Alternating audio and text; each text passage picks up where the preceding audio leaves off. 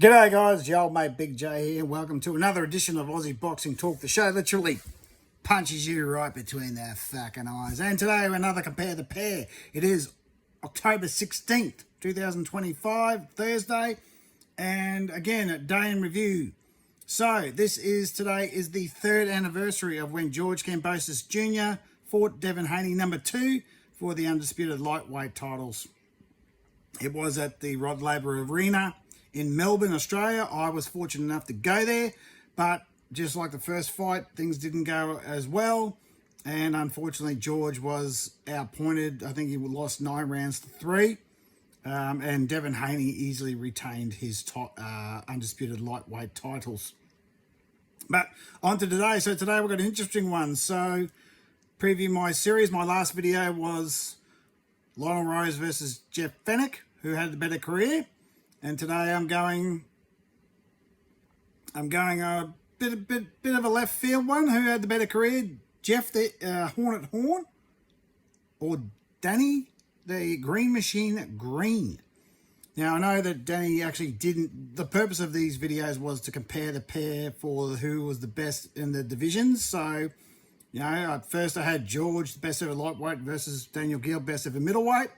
They had Lionel Rose, best ever bantamweight, versus Jeff Fenech, best ever super bantamweight. Now I'm going to go out of the thing a bit and go Jeff Horn versus Danny Green. Now remember, everything's got to be thing. Crowd, wins, belts, resume, who they actually fought, right? Because this one's actually an interesting one because, you know, I actually know all these guys that each guy fought. So it's actually easier when you actually know who they are, like with Fenech and certainly Rose. I didn't know any of those fighters except for fighting Harada. So these ones I actually know. So we'll start with Jeff Horn and then we'll go to Danny Green. So Jeff the Hornet Horn, right? As we know, our best ever welterweight, had only 24 fights, right? Ended up with a record of 20 wins, 3 losses, all 3 losses by KO. 20 wins and 1 draw, of course. So 21 and 23 and 1. All right, who was the draw against? Can't remember. No, it doesn't matter. So 20 wins with 13 knockouts. So Jeff Horn made his, after being an Olympian, because both these guys were Olympians. Danny Green went to Sydney, and I think Jeff Horn went to the London Olympics. So on March 1st of 2013, Jeff Horn made his professional career. Jeff would obviously go on to fight the likes of Randall Bailey, who was a former WBA champion himself, Ruke Miller and Ali Faulkner, right, who I'm pretty sure was a former IBO super featherweight title holder. So a couple of former title holders in Jeff Horn's resume before he got the biggest win of his career at 17, undefeated with 17 fights and 1 draw when he beat Manny Pacquiao on the 2nd of July 2017 for Pacquiao's WBO welterweight title. Still to this day is the biggest upset of the century and still the biggest crowd participation for an Australian fighter in Australia. I mean, that record's been broken sort of by Jason Maloney, but that was, anyway. But Jeff Horn headlined in front of 52,000 people in Suncorp Stadium on July 2nd, 2017. Fantastic feat. Beat Manny Pacquiao, right? Biggest win of all time. No ifs, buts, and maybes about it. Biggest win of all time.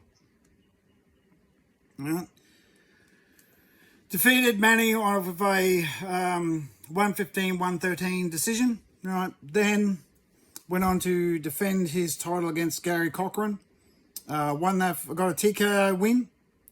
Right. And then, of course, the following year in June, fought Terence Crawford, who obviously went on to be the undisputed welterweight champion and the undisputed super middleweight champion. Terence Crawford unfortunately beat the piss out of Jeff Horn and beat him in 9 rounds. After that, Jeff would fight Anthony Mundine, who shouldn't have been in the ring in the first place. Then lost to Michael Zarafa, and probably one of the biggest upsets in Australian boxing. Right? Had an absolute blitzer, absolute barn burner of a rematch. Probably still, if you're looking at top 3 fights of all time, number 1 is Lesser Alsborough and Michael. Number 2 is Chock Mundine, Danny Gill, number 1. And this is number 3. So this rematch is the 3rd best fight between 2 Aussies of all time. It was ridiculous. Go back and watch it. It was a real barn burner of a fight. All right. But unfortunately, after that, Jeff was a bit past it. His injuries were catching up with him, and he fought Tim Tszyu on the 6th of August 2020 up in Townsville.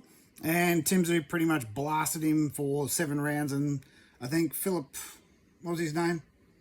Oh, I know the ref's name. I can't remember the ref's name. Phil Austin called it off before the start of the 8th round. So, but look at the resume that Jeff beat Manny Pacquiao and fought Terence Crawford.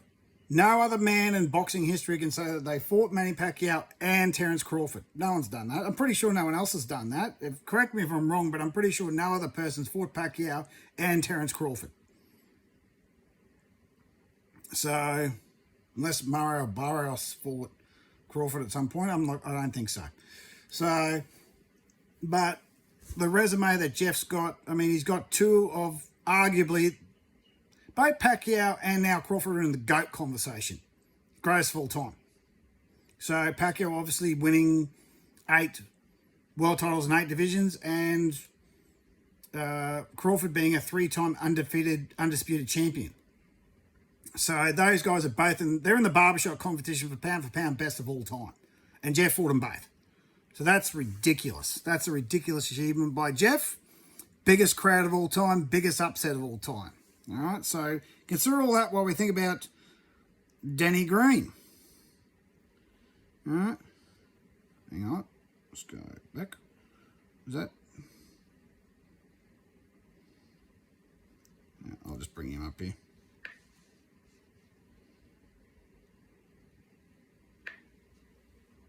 Okay, so Danny Green ended up with a record of, let me just have a look.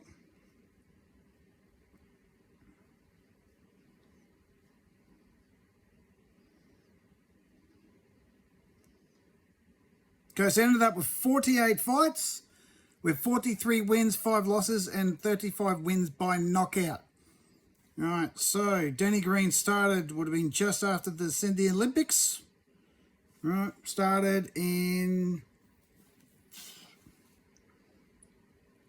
So 29th of June 2001. The Olympics were in September of 2000, so almost 9 months after. Had his first fight in Sydney. All right.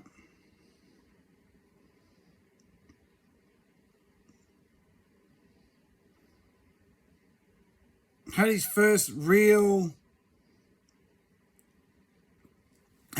title fight with a record of 16-1 versus Marcus Bayer.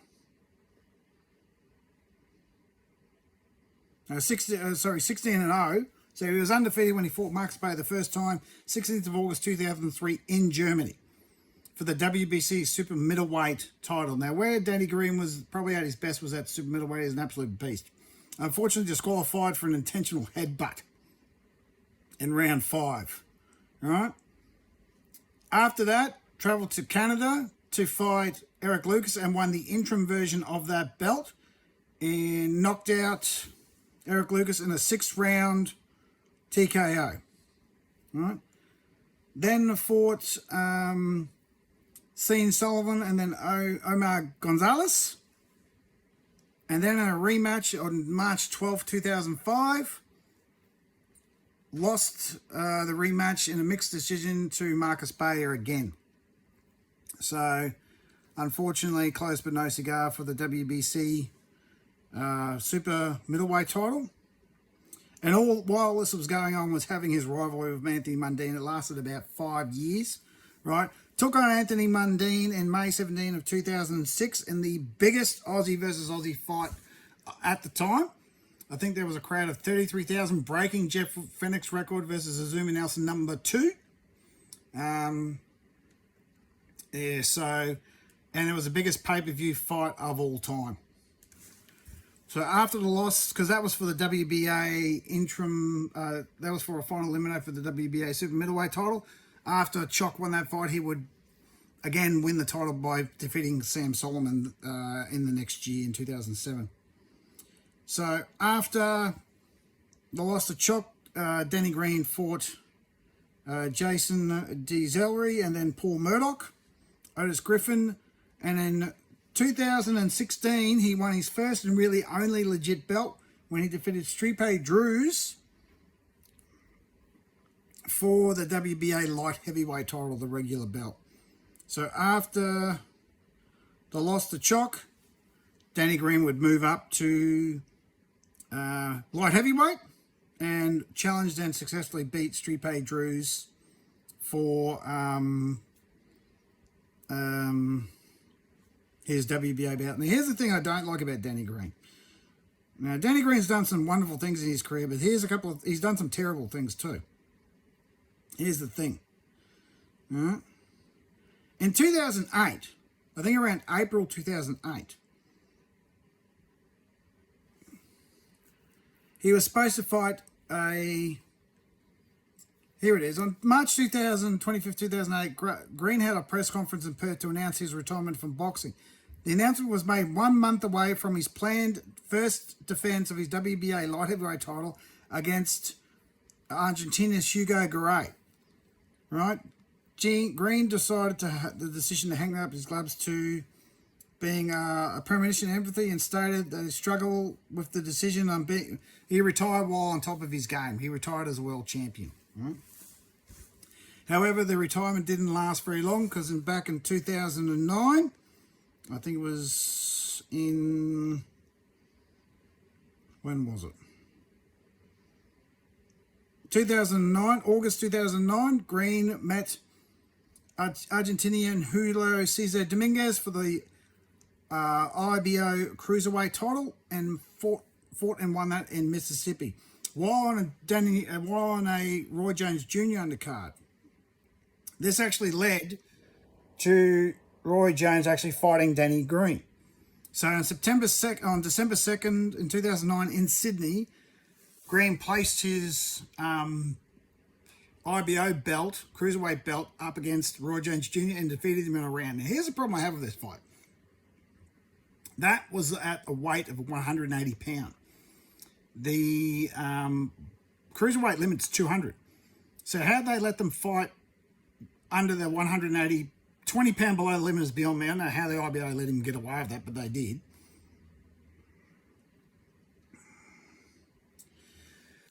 Anyway, so there was a controversy with Green, illegal wraps or whatever, but, Green knocked out Roy Jones Jr. in one round, and at the time that was pretty much the biggest win in Australian, one of the biggest wins of all time. Still is to this day. Danny Green knocking out Roy Jones Jr. is ridiculous. It was a phenomenal achievement. He knocked him out in one round. So, yeah, but after that, he would have the controversy with Briggs. Now, this is interesting because every time Danny Green did something great, then he went and did something awful. Then he had his defence against Paul Briggs. The fight was supposed to happen in Sydney. The New South Wales Commission wouldn't give Paul Briggs clearance, so they chucked it out and they got it to Western Australia. And it lasted 29 seconds. It's probably much the worst fight in Australian boxing history, if not one of the worst fights of all time. Briggs never should have been in there. He was only ever a lightweight contender, a light heavyweight contender. Good at the time. Very, very close to winning a belt, but unfortunately didn't get the job done. Come in, was overweight. Just the whole thing was just a mess. That fight never should have happened. That's always going to be a blemish on Danny Green's record. So, after the Paul Briggs, he fought... let me just bring it up so I get all my facts correctly. After he fought Roy Jones Jr., he fought Manny Sankiar, who defeated Chock for his WBA super middleweight title. Then he fought Briggs, and then he fought BJ Flores, right? And all these fights happened in Perth. So he had 1, 2, 3, 4, 5 successful fights as IBO Cruiserweight Champion. Fought Antonio Tava, and Antonio Tava beat him up for 9 rounds until he retired. Then he probably had the performance of his career against Krzysztof Wlodarczyk for the WBC Cruiserweight title, and was winning every single round of the fight, but unfortunately just got caught in the 11th round where the Polish southpaw knocked out Green with a left hook to the chin and knocked him out cold. Just got what do you call it? Just got beat, just got caught. Unfortunately, I mean, go back and watch that fight. It gave back Danny's credibility. He was winning pretty much every single round of that fight. I think at the time the scores were 97-93, 96-93, 97-93 in favour of Danny. So he was winning the fight easy, and he just got caught. So these are the things I'm comparing to. You know, Jeff Horn fought all-time greats, but so did Danny Green. He fought Antonio Tava and Roy Jones Jr. I mean, Roy Jones Jr. is also in that GOAT conversation. You know, well, he's easily the greatest super middleweight and light heavyweight of all time. So Roy Jones did get was declared the boxer of the 90s for the decade of the 90s, and Pacquiao was the 2000s. So I think Ring Magazine gave out those. But anyway, these are the things. These are the things I really want you guys to compare the pair with. So after the loss to Krzysztof Wlodarczyk, he fought Danny Santiago in Perth, then fought Shane Cameron in Melbourne to regain the vacant IBO Cruiserweight title. We thought he was going to continue on, but retired for almost 3 years. Came back in 2015 against Roberto Boniti. Then almost a year again after that, fought Kane Watts in Melbourne for the Australian Cruiserweight title. And then fought Mundine in the long-awaited rematch, which was controversial and it never should have happened, against Mundine on February 3rd, 2017 in Adelaide. Probably one of the, I think the third biggest fight of all for crowd attendance of all time, because this was just before Jeff fought Pacquiao the same year. I think at the time, because I think Roy Jones Jr., Danny Green made the pay-per-view buys. I think it was bigger than than Choc Green #1. Pretty sure Jones Jr. broke that record for pay-per-view buys. And then the crowd attendance in Adelaide, I think it was around 30,000, was very similar, maybe a little bit more, maybe a little bit less than what the first fight was. First fight was around 33,000 people. So Danny Green is one half of two of the biggest fights in Australian boxing history. Certainly the biggest rivalry in Australian boxing history is Choc versus Danny Green. There's no ifs, buts, and maybes about that. That's the biggest rivalry in Australian boxing. You could probably argue, not in sport, the biggest rivalry in sport is State of Origin Queensland versus New South Wales in Australian sport. Don't even try to compare. You know, Danny Green and Choc fought twice.